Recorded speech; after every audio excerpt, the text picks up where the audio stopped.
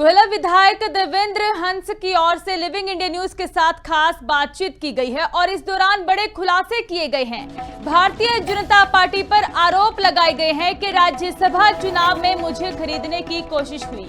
मैं गरीब था, इसलिए सबको लगा कि मैं क्रॉस वोट करूंगा, लेकिन गरीब जरूर हूं पर धोखेबाज नहीं। तो बड़ा बयान दिया गया देवेंद्र हंस की ओर से। लिविंग इंडिया न्यूज के साथ खास बातचीत की गई और बड़ा खुलासा किया गया है। रविंद्र सांगवान बीजेपी जो कि लगातार इस दौरान हम इस पर बातचीत करने की भी कोशिश करेंगे भारतीय जनता पार्टी और कांग्रेस के प्रवक्ताओं के साथ, और जानेंगे कि आखिर जो ये बयान दिया गया है इस बयान के क्या मायने हैं। राज्यसभा चुनाव में क्या खेला हुआ था और किसने किया था खेला? खेला तो आपकी तरफ से ही हुआ था सबसे बड़ा। तो आपको पता ही है जिसने खेला किया है, परंतु हमने जो जिम्मेवारी थी गोला की जनता ने मेरे को यहाँ पहुँचाया, जो जिम्मेवारी गोला की जनता ने मेरे को दी है, मैंने वो काम किया। भूपेंद्र सिंह हुड्डा ने जो हमारे पर विश्वास जताया उस पर खरा उतरे हम। तो आपको भी लुभाने की, प्रलोभन देने की कोशिश की? बिल्कुल मैडम जी। संपर्क साधा गया? कितना प्रलोभन था, मतलब कितना पैसा था? पैसा आपको पता ही है कैसा, इतना 5 करोड़ 10 करोड़ 15 करोड़? इससे भी बहुत ज्यादा था। आपके सामने कितने, इससे भी ज्यादा का ऑफर था? इससे भी ज्यादा ऑफर था। 25 करोड़ का ऑफर था। हाँ, बस इससे ज्यादा भी बता दो, ठीक बता दो। आप उसने कहा भी आप मुंह से बोलो भी मेरी बिकने की कोई कीमत नहीं है। मैं क्यों उस राशि पे, जब मैंने वो काम ही नहीं करना था तो मैं क्यों एक बार भी हामी नहीं भरी? क्योंकि मैं अपना बता रही हूँ, मेरे पास ऐसी फीडबैक थी कि आप भी जाएंगे पाला बदल के। बिल्कुल सबको था, हर एक केस में। तभी क्योंकि बैकग्राउंड सिंह हुड्डा नेता प्रतिपक्षी कोठी पर इकट्ठा हुआ है, उस दिन की फीडबैक मैं आपको बता रही हूँ। उस दिन का इनपुट था मेरे पास कि देवेंद्र हंस का नाम लिख लीजिए, जा रहे हैं ये। तो फिर कितने का ऑफर था आपको? मैं यही तो कह रहा हूँ मैडम जी, ऑफर तो आते रहते हैं, परंतु मैंने ये राशि का नहीं है मेरा। पहले ही मैंने बोल दिया था भी मैं ये काम नहीं करूंगा। किसने संपर्क साधा आपसे? संपर्क थे, चलो हम नाम नहीं लेना चाहिए। ऐसे क्यों नहीं लेना चाहिए? जब लोकतंत्र को बेच रहे हैं आप लोग, या तो फिर आरोप ना लगाएं, बात ना करें। देखो क्या है, आपके नेता भी बार बार कह रहे कि उन्होंने खरीदा। अब बिके तो खरीदा ना, अब बताएं, सबूत दें कि कौन खरीदने आया, खरीदार कौन था, बताइए। सच्चे हितैषी तो आप लोग तब होंगे ना देवेंद्र जी, जब आप बताएंगे जिन्होंने वोट ली है सुदेश जी, उसने खरीदे हैं। जो राज्यसभा चुनाव में जो जीतने का सपना ले रहे थे, मान लीजिए मैंने आपको वोट दिया, हम राज्यसभा की सीट लेंगे, दल से बल से हर एक तरीका से करने, फिर कहाँ गया फिर वो? नहीं, आपसे कोई संपर्क, मेरे से कोई संपर्क साध रहा, मैं विधायक हूँ, तो मैं उसकी पोल पट्टी नहीं खोलूंगी यहाँ पर आकर। फिर खुल तो गई है। नहीं, आप बताइए ना कि कौन आपसे संपर्क साध रहा है? ये कौन थे आपको पता ही है मैडम जी। देखो क्या, हर एक व्यक्ति का राजनीति के अपने वो होता है, वो विचारधारा होती है। तो मेरा स्वाभिमान भाई, मैं गलत काम नहीं करूँगा।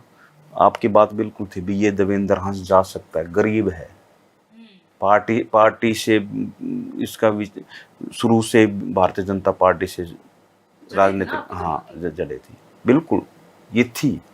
और मैंने सबके सामने बोला वहाँ शिमला में, मैंने बोला भी आपको होगा, परंतु आपको जैसे मेरे पे विश्वास भी नेम करना या लोटा नोन करना, मैं करने के लिए तैयार हूँ। दीपेंद्र भाई के साथ हूँ और भाई दीपेंद्र भाई साहब के साथ रहूंगा। ठीक है, और बातचीत के लिए हमारे साथ भारतीय जनता पार्टी से रविंद्र सांगवान और कांग्रेस से सुखबीर नागर जी जुड़ चुके हैं। सर, स्वागत है लिविंग इंडिया न्यूज पर। रविंद्र जी, क्योंकि बड़ा आरोप लगाया जा रहा है, जहां राज्यसभा चुनाव को लेकर काफी सरगर्मी रही हरियाणा में, कांग्रेस की ओर से, कई विधायकों की ओर से क्रॉस वोटिंग की गई, वहीं देवेंद्र हंस की ओर से आरोप लगाया गया कि मुझे भी खरीदने की कोशिश की गई है भाजपा की ओर से। अनामिका जी नमस्कार, सभी दर्शकों को प्रणाम, साथी प्रवक्ताओं को नमस्कार जी। अनामिका जी देखिए, सबसे पहले तो भारतीय जनता पार्टी के प्रत्याशी राज्यसभा के अंदर संजय भाटिया जी थे, और हमारे पास अपना पूरा वोट देने के बाद हमारे पास वोट जो थे बचते थे, और जिस प्रकार से राजनीतिक पार्टी को सही निर्णय लेना चाहिए, हमने आजाद प्रत्याशी को सपोर्ट करने का सही निर्णय लिया था, जबकि इनेलो पार्टी ने वोट न दे करके भूपेंद्र हुड्डा को समर्थन किया था। देखिए अनामिका जी, ये जो देवेंद्र हंस हैं, ये देवेंद्र हंस 2014 से लेकर के 2019 तक भारतीय जनता पार्टी में थे। 2019 में भी इन्होंने हमारे से टिकट मांगा, हमने इनको टिकट नहीं दिया। 2024 के अंदर भी ये टिकट मांगने के लिए आए थे, इनको टिकट नहीं मिला। 2024 में इन्होंने कांग्रेस में किससे सेटिंग करके किस प्रकार से इन्होंने टिकट लिया, कैसे लिया, ये जाने। आज इनको कांग्रेस पार्टी के अंदर कितना समय हुआ है, किसके साथ कांग्रेस पार्टी में इनकी सेटिंग है, और जो ये इंटरव्यू आजकल दे रहे हैं, जैसी ये बातें कर रहे हैं, उसके बारे में एक ही बात बताना चाहूंगा अनामिका जी। 1 महीना पहले कुलदीप शर्मा जी ने एक इंटरव्यू दिया है ज्योति सांगवान को, और उसमें उन्होंने कहा है कि भूपेंद्र हुड्डा उनके खिलाफ प्रेस कॉन्फ्रेंस कराते हैं, और प्रेस कॉन्फ्रेंस में पीछे से आवाज आती है काटड़े ले लो, काटड़े ले लो। इस प्रकार की शब्दावली कुलदीप शर्मा जी ने लोगों के लिए यूज की है। ये लोग किसके लिए इंटरव्यू देते हैं, किसके लिए बोलते हैं। दूसरी बात अनामिका जी, मैं आपकी बात का जवाब देना चाहूंगा जो आपने पूछी है। आज ये जो बात कर रहे हैं शिमला की, शिमला जाने से पहले भूपेंद्र हुड्डा की प्रेस कॉन्फ्रेंस देखिए, उन्होंने कहा था कि 4 या 5 भारतीय जनता पार्टी के विधायक हमें वोट देंगे। यानी कि उन्होंने क्लेम किया था कि भारतीय जनता पार्टी के विधायकों की वोट जो है भूपेंद्र हुड्डा को मिलेगी, और अगले दिन ये कांग्रेस के जो विधायक हैं उनके साथ ये सभी लोग शिमला के अंदर गए। शिमला में तो इनकी सरकार थी, शिमला में कांग्रेस पार्टी की सरकार है, इनके तमाम जो नेता थे, जो सीनियर लीडर थे वहां पर उपस्थित थे। पर वो तो सीधा आरोप लगा रहे हैं ना कि बीजेपी की ओर से ऑफर दिया गया है। मैं वही बात कह रहा हूँ, यदि इनको कोई ऑफर था तो जब ये हिमाचल के अंदर चले गए थे जहां कांग्रेस की सरकार थी, तो वहां इनको कंप्लेंट करनी चाहिए थी। वहां इनको कंप्लेंट किसने रोका था? ये जो सारी बातें हैं ये अनर्गल बातें की जा रही हैं। दूसरी बात ये है कि देखिए, जो भी प्रत्याशी जो कांग्रेस के अंदर जो इंटरनल बात चल रही है, जो बात पीछे भी मतलब आप ये कहना चाहते हैं कि जो आरोप लगाए गए वह बेबुनियाद हैं? बेबुनियाद के अलावा ठीक है, सुखबीर नागर जी से जवाब ले लेते हैं। सुखबीर नागर जी, देखिए साफ तौर पर देवेंद्र हंस की ओर से बड़े आरोप लगाए गए हैं। सीधे तौर पर कहा गया कि करोड़ों का ऑफर दिया गया, और यह भी कहा गया कि जो आप चाहते हैं वही ऑफर आपको देंगे।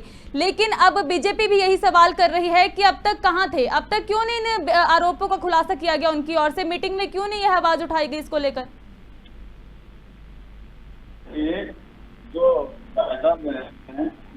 कानून जी उन्होंने जो बात बताई, आज आप किसी भी आम जनमानस से, आम जनता से पूछे ना बीजेपी खरीद करती है नहीं करती है, तो आम जनता भी इस बात समझ चुकी है कि इनका काम है खरीद करना, एक दूसरे की पार्टी को तोड़ने का, और सीबीआई का तो इनके ऊपर दबाव किसी भी तरह से। अनामिका जी, ये तो शिमला की बात कर रहे हैं, शिमला के अंदर वो कांग्रेस की सरकार। रविंद्र जी बोलने दीजिए, देखिए उनको भी बोलने दीजिए, उनका भी एक बार जान लेते हैं कि वह क्या कहते हैं जो आरोप कांग्रेस लगा रही है।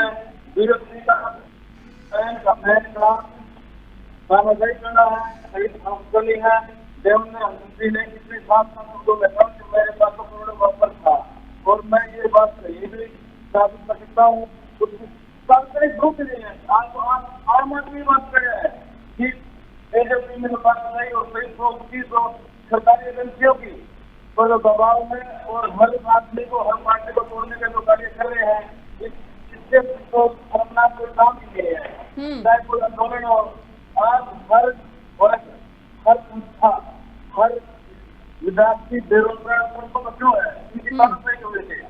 आज तक इन्होंने आम जनता की समझ नहीं ली, खुद नहीं ली, और सिर्फ सरकारी एजेंसियों के साथ। ठीक है सुखबीर जी, बहुत बहुत धन्यवाद हमारे साथ जुड़ने के लिए। समय और इजाजत नहीं दे रहा, तो रविंद्र जी हमारे साथ जुड़े हुए थे। इस पूरे मसले को लेकर बयान दिया गया है, जहां देवेंद्र हंस के बयान ने एक और हलचल छेड़ दी है, और उसी पर भारतीय जनता पार्टी की ओर से सवाल खड़े किए गए हैं। लिविंग इंडिया न्यूज के साथ खास बातचीत की गई और बड़े खुलासे किए गए।